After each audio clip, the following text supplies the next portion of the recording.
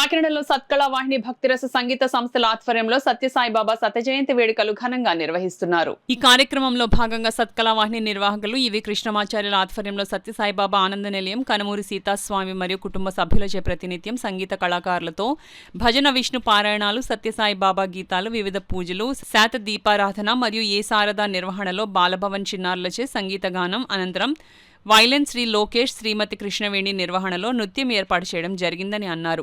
ఈ కార్యక్రమంలో సత్యసాయిబాబా ఆనంద నిలయం వారిచే జ్యోతి ప్రజ్వలన చేసిన అనంతరం పిల్లలకు సర్టిఫికెట్లు, బహుమతులు అందజేశారు. అనంతరం సంగీత కళాకారులకు సన్మానం నిర్వహించారు. ఈ కార్యక్రమంలో సత్కళ వాహిని నిర్వాహకులు ఇవి కృష్ణమాచార్యులు దంపతులు, కమిటీ సభ్యులు, భక్తులు పాల్గొన్నారు. గరికపతి నమస్కారం గారికి వరకు చెప్పున్నారు కాబట్టి మా కాకినాడ పట్టణం ప్రజానీకం, భక్తులు, కళాకారులు, రసజ్ఞులు చాలామంది అధికంగా ఇందులో పాల్గొంటున్నారండి. 23వ తారీఖు జరిగే కార్యక్రమానికి అందరికీ ఇది ఆహ్వానం.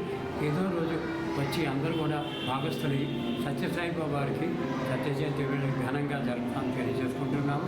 23వ తారీఖున ఉదయం సత్యనారాయణ స్వామి వారికి వ్రత మహోత్సవం, అనంతరం అన్నప్రసాద వితరణ, సాయంత్రం 5 గంటలకి వివిధ సత్కారాలు, పండిత సత్కారాలు, భరతాంజలి సంగీత నృత్య రూపకాన్ని 50 మంది కళాకారుల చేత భగవాన్ శ్రీ సత్యసాయిబాబా వారికి అంకితంగా చేయడం జరుగుతుంది. అందరూ కూడా భక్తులు ఇచ్చేసి జయప్రం చేయవలసిందిగా మనస్ఫూర్తిగా కోరుతుంది. కాకినాడలోని బాలభవన విద్యార్థులచే సంగీత 20 మంది కళాకారులచే 20 మంది కళాకారులచే బాలభవన సంగీత కార్యక్రమం జరిగింది.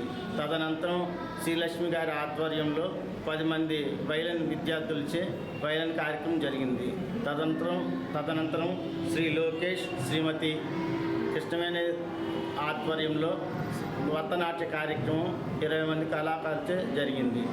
వీటన్నిటికీ కూడా మన కృష్ణమాచార్యుల గారు, శ్రీమతి లక్ష్మి గారి దంపతుల ఆధ్వర్యంలో అతివైభవంగా జరుగుతున్నాయి. వీటిని మన భగవాన్ సత్యసాయిబాబా వారి ఆశీస్సులు ఉన్న శ్రీమతి కనుమూరి సీతాస్వామి గారి వారి కుటుంబ సభ్యుల ఆధ్వర్యంలో అతివైభవంగా జరిపించడం జరుగుతుంది. కావున 50 మంది భక్తులు ఈ కార్యక్రమంలో కూడా పాల్గొని సత్యసాయిబాబా వారి ఆశీస్సులు పొందవలసిందిగా కోరుతున్నాను.